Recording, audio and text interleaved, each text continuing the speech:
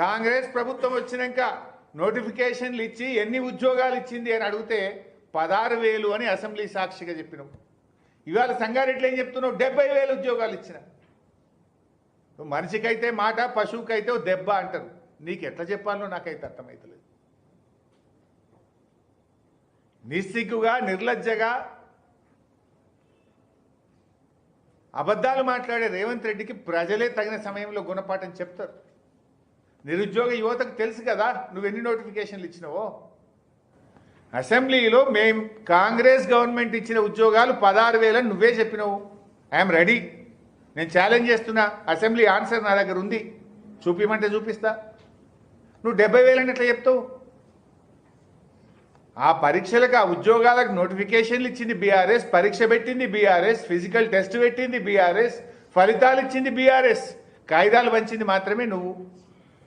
నీ ప్రభుత్వం నువ్వు మొదటి ఏడాదిలో 2 లక్షల ఉద్యోగాలు ఇస్తా అని చెప్పి నిరుద్యోగ యువతను మోసం చేసినావు రేవంత్ రెడ్డి. నువ్వు ఫుల్ పేజ్ యాడ్లు ఇచ్చినావు. నీ మాట నమ్మరని రాహుల్ గాంధీని తీసుకొచ్చి అశోక్ నగర్ లైబ్రరీ మెట్ల మీద కూర్చోబెట్టి మాట ఇచ్చినావు. రాహుల్ గాంధీ పత్తలేడు, నువ్వు మాట్లాడవు, పోలీసు వాళ్ళని పెట్టుకొని తిరుగుతావు. ఏది నీ 2 లక్షల ఉద్యోగాలు? ఒక ఏడాదిలో ఇస్తాను, 3 ఏళ్ళు అయినా 16,000 ఉద్యోగాలు కూడా ఇవ్వలే నువ్వు. ఇంకా నిస్సిగ్గుగా అబద్ధాలు మాట్లాడుతున్నావు.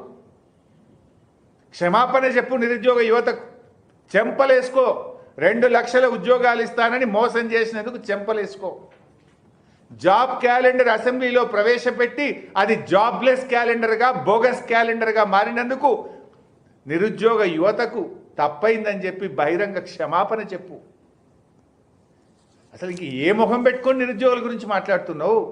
దమ్ముంటారా? గన్మెన్లు లేకుండా అశోక్ నగర్ సెంట్రల్ లైబ్రరీకి వస్తావా? దిల్సుఖ్ నగర్ కోచింగ్ సెంటర్ల దగ్గరికి వస్తావా? ఉస్మానియా యూనివర్సిటీ దగ్గరికి వస్తావా? చెప్తారా నిరుద్యోగ యువత నువ్వు ఇచ్చినవా, ఇయ్యలేదా? నీ నిజాయితీ ఉంటే, నిజంగా నువ్వు అంతా నిరుద్యోగ యువతకి ఇచ్చిన మాట నిలబెట్టుకున్నోడు అయితే రా. ఫీజు రియంబర్స్మెంట్ గురించి సావు కబురు సల్లగా చెప్తున్నావు. ఇప్పటి నుంచి ఫీజు రియంబర్స్మెంట్ ఇస్తా. పోయిన 2 ఏళ్ళు ఎవరు ముఖ్యమంత్రి రాష్ట్రానికి?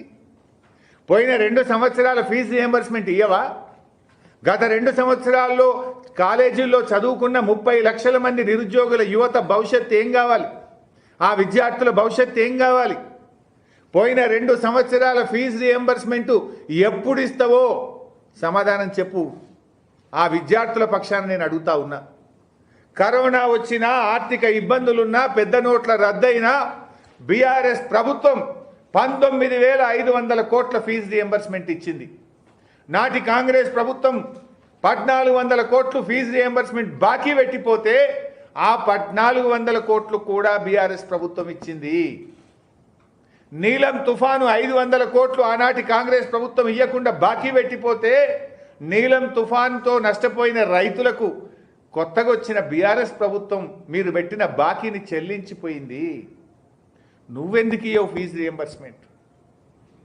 గత 2.5 సంవత్సరాలు నువ్వే ముఖ్యమంత్రివి కదా, సగం పీరియడ్కు ఫీజు రియంబర్స్మెంట్ ఎగ్గొడతావా? ఫీజు రియంబర్స్మెంట్ తెచ్చిందే కాంగ్రెస్ పార్టీ అని బాకా కొడతావు కదా. మరి 2.5 సంవత్సరాల ఫీజు రియంబర్స్మెంట్ ఎందుకు ఇవ్వలేదు? ఇస్తావా, ఇయ్యవా? ఆ కాలేజీల పరిస్థితి ఏంది? ఆ పిల్లల భవిష్యత్తు ఏందో సమాధానం చెప్పు. ఇంకా సిగ్గు లేకుండా ఇప్పటి నుంచి ఫీజు రియంబర్స్మెంట్ ఇస్తా అంటావు. పోయిన 2.5 ఏళ్ళ క్షమాపణ చెప్తావా? ముక్కు నేలకు రాస్తావా? తప్పైందని విద్యార్థుల తల్లిదండ్రులను కోరుతావా? ఆ పిల్లల భవిష్యత్తుని ఎట్లా భద్రపరుస్తావు? ఇలా కాలేజీలో పోతే పిల్లలకు సర్టిఫికెట్లు వస్తలేవు.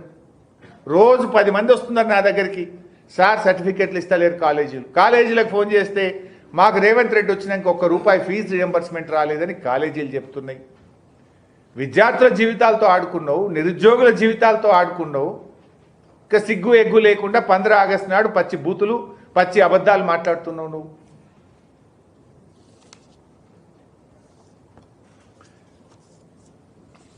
ఈ రేవంత్ రెడ్డి రైతుల గురించి మాట్లాడండి. ఇవాళ అసలు రైతుల గురించి మాట్లాడే అర్హత ఉన్నదా రేవంత్ రెడ్డి? నీకు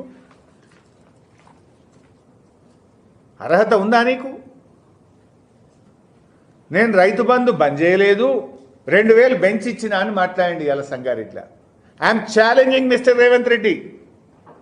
గత 2 సంవత్సరాల్లో కేసీఆర్ ఇచ్చిన దానికంటే నువ్వు రైతు బంధు తక్కువ ఇచ్చినావు. ఇది తప్పైతే నేను ముక్కు నేలకు రాస్తా, నువ్వు రెడీగా ఉన్నావా అని నేను అడుగుతున్నా. I'm challenging mister Revanth Reddy. KCR ఇచ్చిన దానికంటే నువ్వు రైతు బంధు ఎక్కువ ఇవ్వలేదు, తక్కువ ఇచ్చినావు. గన్ పార్కులు అమరవీరుల స్తూపం దగ్గర రా, తప్పైతే నేను ముక్కు నేలకు రాస్తా, లేకపోతే నువ్వు రాస్తావా? నేను డేటా కూడా చెప్తున్నా, ఫిగర్స్ కూడా చెప్తున్నా, లెక్కతో సహా చెప్తున్నా. 2020-21 కేసీఆర్ గారు ఇచ్చిన రైతు బంధు 14,656 కోట్లు. 2021-22 14,772 కోట్లు. 2022-23 14,743 కోట్లు కేసీఆర్ గారు రైతు బంధు ఇచ్చారు. మరి రేవంత్ రెడ్డి వచ్చినాక ఎంత ఇచ్చాడు? 2024-25 రేవంత్ రెడ్డి గారి యొక్క ఫుల్ టర్మ్ 24-25 సంవత్సరంలో రేవంత్ రెడ్డి గారు ఇచ్చిన రైతు బంధు 5,057 కోట్లు. కేసీఆర్ గారు ఇచ్చింది 14,772. రేవంత్ రెడ్డి ఇచ్చింది 24-25లో 5,057 కోట్లు మాత్రమే. ఇప్పుడు నువ్వు 2,000 పెంచి ఇచ్చినావా, 10,000 ఎగ్గొట్టినావా? చెప్పు రేవంత్ రెడ్డి, సిగ్గుండాల అబద్ధాలు చెప్పనీకి. 2025-26 నెక్స్ట్ ఇయర్ 2025-26లో ఇది ఇచ్చింది 11,000 కోట్లు. కేసీఆర్ గారు ఇచ్చింది 14,743. 25-26లో నువ్వు ఇచ్చింది 11,000. అంటే 2 ఆర్థిక సంవత్సరాల్లో కూడా నువ్వు 2,000 పెంచి ఇయ్యలేదు. కేసీఆర్ గారు ఇచ్చిన దానికంటే 15,000 కోట్లు తక్కువ ఇచ్చినావు. 2 ఆర్థిక సంవత్సరాలు కలిపితే 15,000 కోట్ల రూపాయల రైతు బంధు ఎగ్గొట్టినావు మిస్టర్ రేవంత్ రెడ్డి. కానీ సంగారెడ్డిలో ఏం చెప్పిండు? పచ్చి బూతులు, పచ్చి అబద్ధాలు. నేను 2,000 పెంచిచ్చిన. సిగ్గుండాలి మాట్లాడడానికి. ఓ ముఖ్యమంత్రివి 15 ఆగస్టు నాడు మాట్లాడుతున్నావు, పబ్లిక్ మీటింగ్లో మాట్లాడుతున్నావు. రైతులు ఏమనుకుంటారు అనే సోయన్ ఉండాలన్నా వద్దా నీకు? 2,000 ఇప్పుడు చెప్పు, పెంచిచ్చినావా దించిచ్చినావా? పెంచిస్తే మరి 14,743 కంటే ఎక్కువ కావాలి కదా. ఒక ఆర్థిక సంవత్సరంలో 5,057, మరొక ఆర్థిక సంవత్సరంలో 11,000. ఇప్పుడు పెంచినవా దించినవా చెప్పు. ఇంకైనా నేను 2 లక్షల రుణమాఫీ చేసిన. పోదామా నీ ఊరికి? రేవంత్ రెడ్డి, నీ ఊరికి పోదాంపా. కసిరికాడ నీ ఊరు కాడ నిలబడి నీ ఊర్లో అందరికీ రైతు బంధు అయిందంటే నేను అక్కడే రాజీనామా చేస్తాను. నువ్వు రేస్తావా? ఏ ఊరికి పోదాం ఈ రాష్ట్రంలో? వస్తావా సిద్దిపేటకు? చెప్పు, నీ ఇష్టం ఉన్న ఊరికి పోదాం, నీ ఇష్టం ఉన్న డేటుకు పోదాం. నువ్వు చెప్పిన టైంకు నేను వస్తా. ఇద్దరం కూడా పోదాం. గన్మెన్లు వద్దు, కార్యకర్తలు వద్దు. ఆ ఊరంతా రుణమాఫీ అయిందంటే నేను సిద్ధం, నువ్వు సిద్ధమా రాజీనామాకు అని నేను అడుగుతా ఉన్నా. అయిందా రుణమాఫీ? దేవుడి మీద ఒట్టు పెట్టి దేవుణ్ణే మోసం చేసిన ఘనుడివి నువ్వు. ఘరానా మోసగాడివి నువ్వు. నిన్ను మించిన మోసగాడు ఉండడు. ఘరానా మోసగాడు అంటున్నా. అందుకే నేను కనబడ్డ దేవుడి మీద, చర్చి మీద, దర్గా మీద ఒట్టు పెట్టి దేవుణ్ణి, దర్గాను, చర్చిను మోసం చేసిన ఘరానా మోసగాడివి నువ్వు. నువ్వా మాట్లాడేది? దేవుడు కనబడితే మేము